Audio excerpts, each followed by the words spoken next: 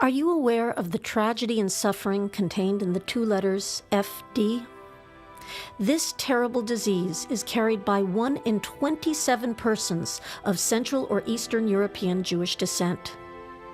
Familial dysautonomia, a genetic, neurological, degenerative disease, is present from birth and often fatal in childhood. It is as prevalent as Tay-Sachs once was. Here to tell you more about it is outstanding researcher Dr. Barish Rubin of Fordham University. Familial dysautonomia affects the children.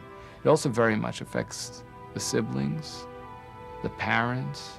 It becomes a focus of their life. These children go through really very, very trying times.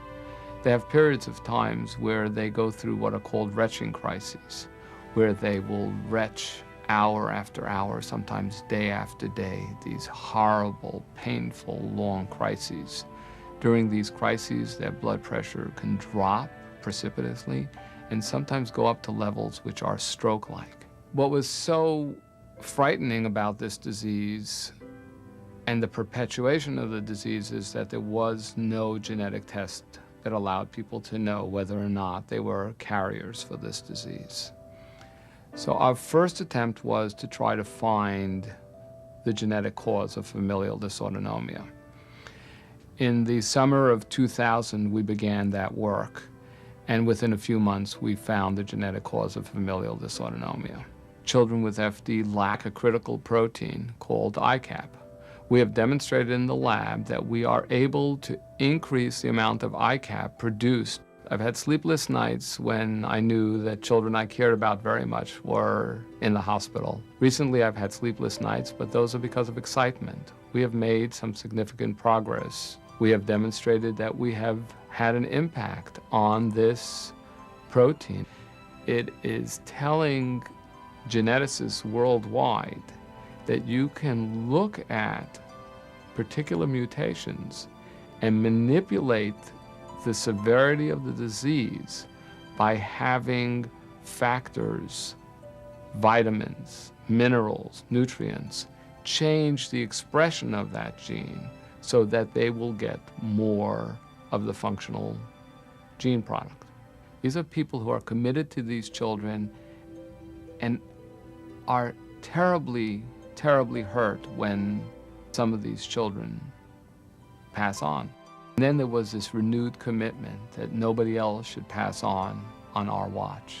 We believe that there are other substances out there, and we would like to find those substances. We would like to look at 1,000 or even 10,000 natural compounds that are out there that could be used to increase the level of this gene product. That takes time, it takes money, it takes effort. The amount of funding that we have to work with will determine the number of compounds that we're able to look at. And so that there is a direct correlation between how much we can do with the amount of funding that we have. Here is a family already deeply affected by FD for the past 14 years.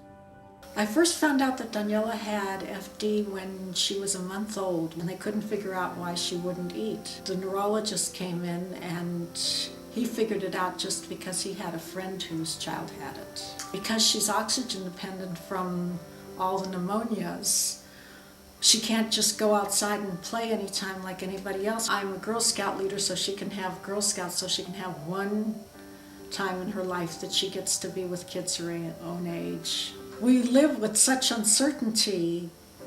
We don't know. Sometimes she's almost stopped breathing in the middle of the night and we have to just throw her in the car and run to the hospital. The retching when I can't help and she's already had the maximum amount of medicine and I can't do anything and she's just crying and throwing up. Can you imagine a kid throwing up every minute and a half sometimes? There are a lot of people with FD that are gifted, and Daniela probably started off that way, which is what's so sad, is that it was unnecessary, that she was not getting enough oxygen sometimes and they didn't realize it. Sometimes you still see the ghost of the gifted child that once was. Dr. Rubin and the lab for FD research at Fordham University, they found 2 natural components which help some of the children with FD by increasing their level of protein. Does this give hope for the future? Well, the tocotrienols, they have no downside, no bad side effects. And since she's been taking that, she has not had pneumonia in almost a year, which is the longest we've ever gone. She used to get pneumonia about once a month. Living with Daniela is kind of a roller coaster ride. You just never know what's going to happen. A lot of kids have died because they stopped breathing in the middle of the night with nobody knowing, but somehow our instincts caught it each time. It's just hard for a family to see one child suffer. I don't think about the future if I can help it. Daniela, tell me, what is there about FD that gives you the most trouble? When I wet, I can't drink. Can't drink at all? How does that make you feel? It's sad. Yeah. I wish I could drink. Right. Well, what is that next to you right there? An oxygen tank. And what's that for? It helps me breathe.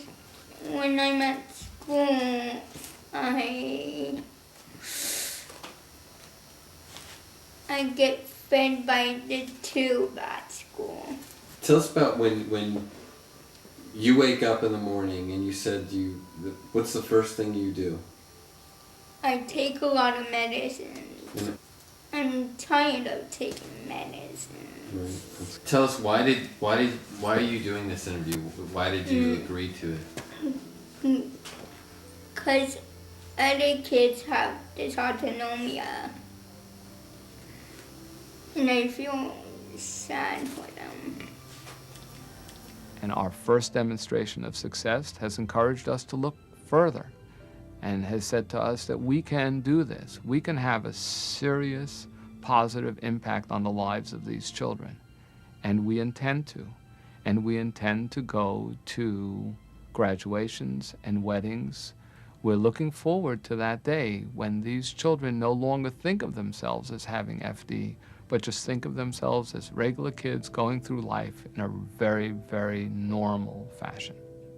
You can play a meaningful role in helping the hundreds of children who, like Daniela, suffer daily from this disease, which invades and sickens nearly every part of their bodies. Cure FD Foundation has as its only purpose the funding of research to treat and cure the young victims of FD. The answers, as you have just heard, are beginning to come from Dr. Rubin's lab at Fordham University. Donations received by Cure FD Foundation go directly to help advance this life-saving research. Please help us to save these children's lives, to really make a difference for them. From the depths of our hearts, on their behalf, we thank you.